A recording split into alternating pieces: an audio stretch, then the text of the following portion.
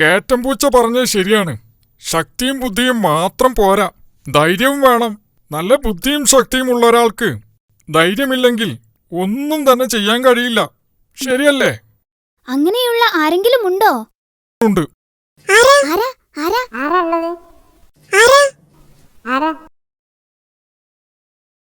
നിങ്ങൾ ചോണപ്പൻ എന്ന ഒരു ഉറുമ്പിനെ പറ്റി കേട്ടിട്ടുണ്ടോ? ഇല്ല. എങ്കിൽ അങ്ങനെ ഒരുത്തനുണ്ട്. നമുക്ക് ചോണപ്പന്റെ സഹായം തേടാം. എന്താ? ചോണപ്പനുറുമ്പോ? എന്റെ അപ്പോ, നിസ്സാരനായ ഒരു ഉറുമ്പിന് വേട്ടക്കാരനെ തോൽപ്പിക്കാൻ കഴിയുമെന്നോ? എടാ ഡോങ്കു, നീ കളിയാക്കുകയൊന്നും വേണ്ട.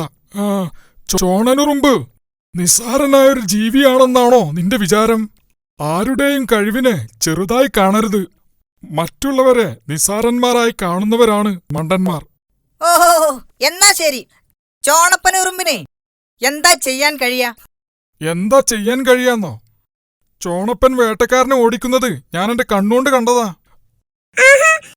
ശക്തനായ വേട്ടക്കാരനെ ഒരു ചെറിയ ഉറുമ്പ് തോൽപ്പിച്ചെന്നോ? ഞാൻ വിശ്വസിക്കില്ല. എങ്ങനെയായിരുന്നു ചോണപ്പനുറുമ്പ് വേട്ടക്കാരനെ ഓടിച്ചത്? നമ്മുടെ ചോലപ്പുഴയുടെ വക്കത്ത് വെച്ചായിരുന്നു സംഭവം.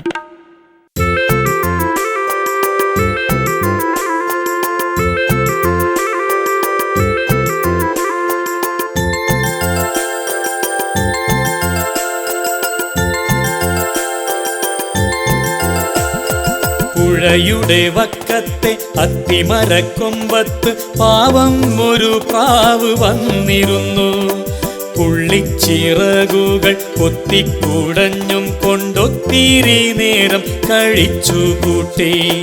പുഴയുടെ വക്കത്തെ അത്തിമരക്കൊമ്പത്ത് പാവം ഒരു പ്രാവ് വന്നിരുന്നു. പുള്ളിച്ചിറകുകൾ കൊത്തിക്കുടഞ്ഞും കൊണ്ടൊത്തിരി നേരം കഴിച്ചുകൂട്ടി.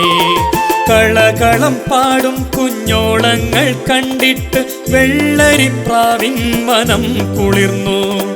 പെട്ടെന്നൊരു കട്ടുറുമ്പിൻ കരച്ചിൽ കേട്ടന്നേരം പ്രാവച്ചൻ ഒന്നു ഞെട്ടി.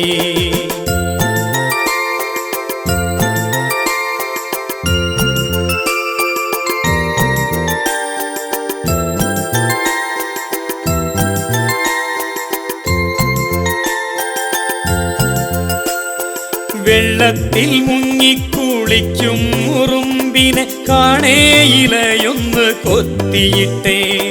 പ്രാണൻ പിടയ്ക്കുന്ന നേരം ലഭിക്കുമ കച്ചിത്തുരുമ്പിൽ പിടിച്ചു കേറി.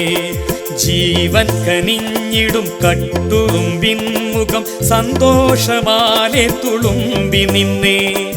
രക്ഷകൻ ദൈവത്തിൽ 1000 സ്തുതിയോതി ആ സ്ഥലം വിട്ടുറുമ്പന്നു നീങ്ങി.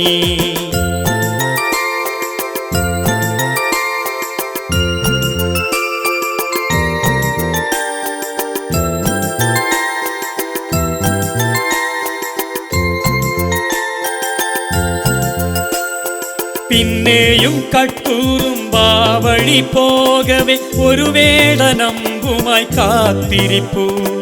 തൂവൽ മിനുക്കുമാ പ്രാവിന്റെ മേനിയിൽ അസ്ത്രം തൊടുക്കുവാനായി നിൽപ്പു.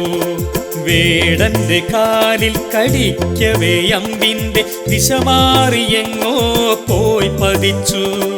പ്രത്യുപകാരം കൊടുത്തിടും പ്രാവിനെ രക്ഷിച്ചുറുമ്പന്ന് യാത്രയായി.